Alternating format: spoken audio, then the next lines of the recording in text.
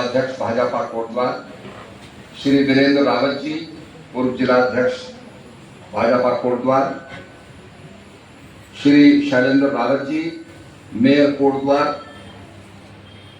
राजेंद्र रंथवाल जी, अध्यक्ष गौ सेवा उत्तराखंड सरकार, ऋषि कंडवाल जी, राज्य मंत्री उत्तराखंड सरकार, सुरेंद्र आर्य जी, जिला महामंत्री भाजपा कोटद्वार, श्री मोहन सिंह नेगी जी, संयोजक सेवा पखवाड़ा कार्यक्रम, समस्त प्रबुद्धजन, समस्त भाजपा एवं मोर्चों के पदाधिकारीगण, मातृशक्ति एवं पत्रकार बंधुओं, माननीय प्रधानमंत्री श्री नरेंद्र मोदी जी के जन्मदिन पर आयोजित सेवा पखवाड़ा अभियान के अवसर पर आयोजित प्रबुद्ध नागरिक गोष्ठी में प्रतिभाग कर रहे सभी प्रबुद्धजन, पार्टी कार्यकर्ता एवं पदाधिकारी का मैं हार्दिक अभिनंदन और स्वागत करता हूं। आज मैं यहाँ उस महान व्यक्ति की बात करूंगा जिन्हें न केवल भारत की राजनीति को एक नई दिशा दी, बल्कि करोड़ों भारतीयों के जीवन में आशा की नई किरण जगाई।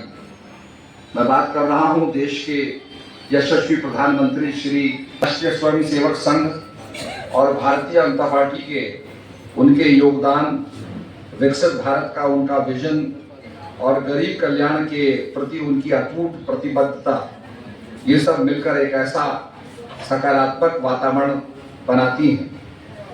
माननीय प्रधानमंत्री श्री नरेंद्र मोदी जी ने 1970 के दशक में संघ के लिए दिल्ली में काम किया और आपातकाल के दौरान भूमिगत रहकर संघर्ष किया।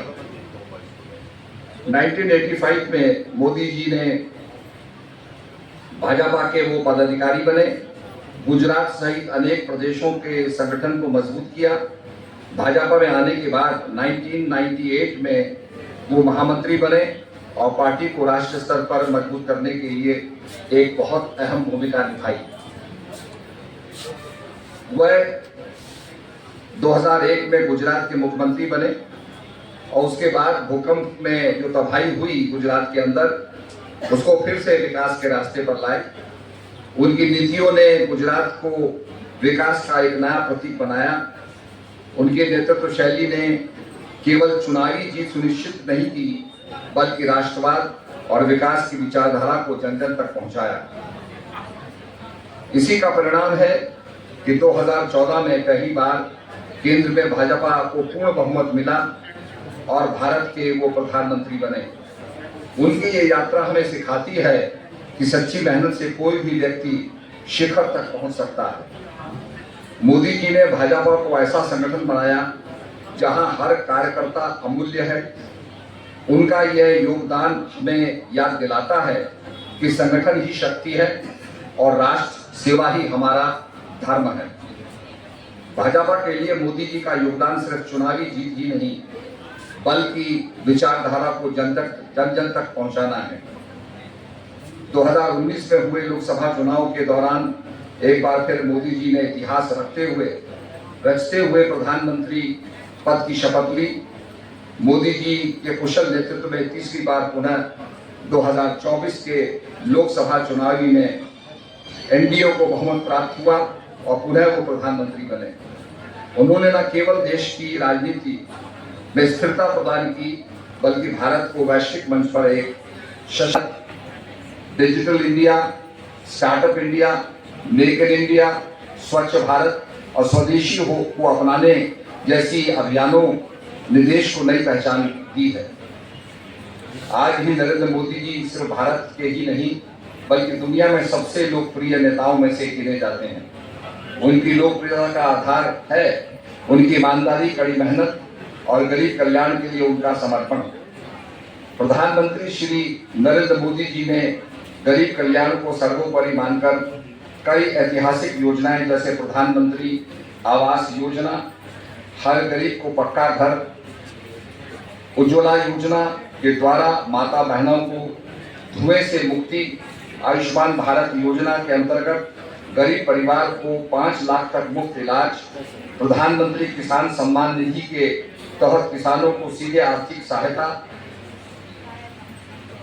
जनधन योजनाओं से करोड़ों गरीबों को बैंक खाता खोलकर आर्थिक सशक्तिकरण जैसे कई लोक कल्याणकारी कार्य किए हैं। और मैं ये कहना चाहूंगा कि जब मैं रेल राज्य मंत्री बना तो मेरा सपना था कि उत्तराखंड में रेल का प्रवेश हो। हम लोगों ने नैरो गेज का सर्वे था, उसके बाद हमने ब्रॉड गेज का सर्वे कराया और निश्चित रूप में आज रेलवे लाइन बन करके उसका विस्तार हो रहा है। ये ऋषिकेश कर्णप्रयाग ही नहीं बल्कि कर्णप्रयाग से कन्याकुमारी तक भारत के एक कोने से दूसरे कोने तक भारत को जोड़ेगी और इससे निश्चित रूप में हमारे पर्यटकों को लाभ मिलेगा। मैं ये भी कहना चाहूंगा कि मुझे केंद्र में as a chairman of the defence committee काम करने का मौका मिला। हमारे सामने ये आया कि अमेरिका की जीपीएस है, सैटेलाइट्स हैं, आपको बताती हैं कि किस प्रकार का नक्शा है, किस प्रकार का प्लान है, सारी चीजें दर्शाती हैं। इसी प्रकार से रशियंस का भी एक जीपीएस सिस्टम है, परंतु कारगिल की लड़ाई में अमेरिकन ने अपना जीपीएस ऑफ कर दिया था, जिससे हमारी सेना देख नहीं सकी, रास्ते नहीं समझ सकी, पहाड़ के ट्रेन को नहीं समझ सकी और काफी हमारा नुकसान हुआ। हम लोगों की बड़ी स्ट्रॉन्ग रिकमेंडेशन थी कि भारत को अपनी सैटेलाइट सिस्टम डेवलप करना चाहिए और माननीय नरेंद्र मोदी जी ने उसको स्वीकार किया और हमारा जो सैटेलाइट सिस्टम जीपीएस का है उसको नाविक कहा जाता है। और मुझे बड़ा गर्व हो रहा है कि जब नूर खान के बारे में हमने सुना कि पाकिस्तान के नूर खान को ध्वस्त कर दिया गया, तो नूर खान तो धरती के जमीन में बना हुआ था, परंतु जमीन में हवा जाने के लिए वेंटिलेटर्स थे और वेंटिलेटर्स के जरिए जो है हमारा ब्रह्मास्त्र जो है, ब्रह्मोस मिसाइल जो है डाली गई और उसको पूरे को नाबूद किया गया। और वो तभी संभव हो सका जब हमारी भारत की अपनी सैटेलाइट थी जिसको हम नाविक कहते हैं। तो ये बहुत और हमारा सीडीएस हो, निश्चित रूप में हमें सफलता प्राप्त होगी। जीएसटी सुधार के माध्यम से मोदी जी ने हमारे मध्यम वर्ग हमारा वहां पर भारत का और शेरों के साथ और अपनी माता से मिलने का जो दृश्य है वो उसका मूर्ति रूप देने जा रहे हैं। इसके साथ साथ वहां वैदिक विलेज, वैदिक फूड आपको प्राप्त होगा जो जड़ी बूटियों से होगा, जिसके कि आपको औषधीय गुण भी प्राप्त होंगे।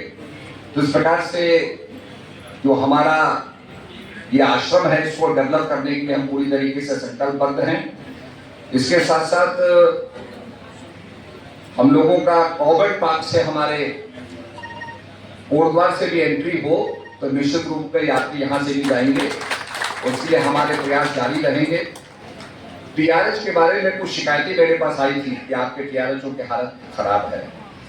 मैं आपको बताना चाहूंगा कि बड़ा महत्वपूर्ण कार्य हम कर रहे हैं और ये महत्वपूर्ण कार्य यह है कि एक दफे बेंगलुरु में मैं गया, मेरे को रिसीव करने आए, हमारे केएनबीएल से आए, जीएनबीएल से आए।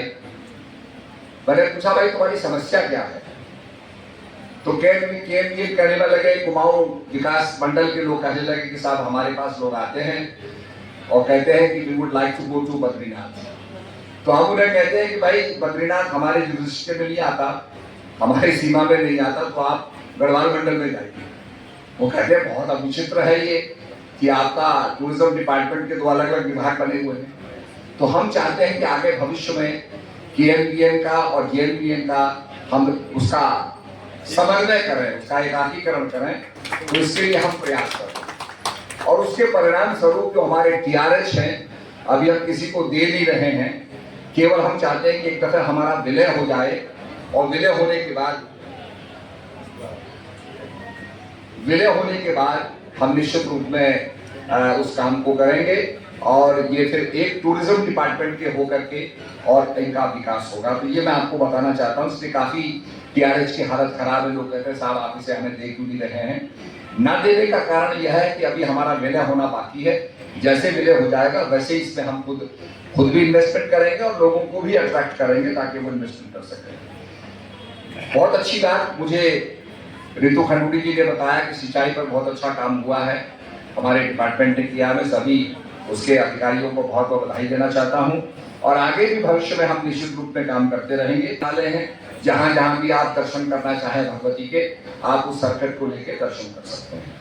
ऐसे हमने शहर सर्किट बनाया है शंकर भगवान का, वैष्णव सर्किट बनाया है, नवग्रह सर्किट बनाया है, गोलजू सर्किट बनाया है, महाशु सर्किट बनाया है, विवेकानंद सर्किट बनाया है, हनुमान जी का सर्किट बनाया है। इस प्रकार के सर्किट्स डेवलप करने से पूरे उत्तराखंड का विकास होता है और ये हम करने जा रहे हैं। इसके साथ साथ जादू में एक जगह है आपके नीलांग वैली में, तो वहां पर 1962 में जब चाइना वॉर हुई तो लोगों को खाली करा दिया गया, तो फ्रोजन इन टाइम है। आज उसको लेकर हम डेवलप कर रहे हैं और माननीय प्रधानमंत्री जी का ये कहना है कि भारत के प्रथम गांव है, तो निश्चित रूप में हम उनको डेवलप करके चाहेंगे कि आप वहां का अनुभव प्राप्त करें, तो उसके लिए हम पूरी तरीके से लगे हुए हैं। इसके साथ साथ टिबरसैन महादेव जहाँ भी अमरनाथ की तरह स्वयंभू लिंग बनते हैं, पूरा परिवार शिव परिवार वहां पर प्रकट होता है, तो वो भी हम चाहते हैं कि हम टूरिज्म सर्किट्स में लाएं। तो बहुत से काम हम कर रहे हैं, आगे भी करते रहेंगे। तो मेरा ये कहना है कि हम चाहते हैं कि कोटद्वार जो है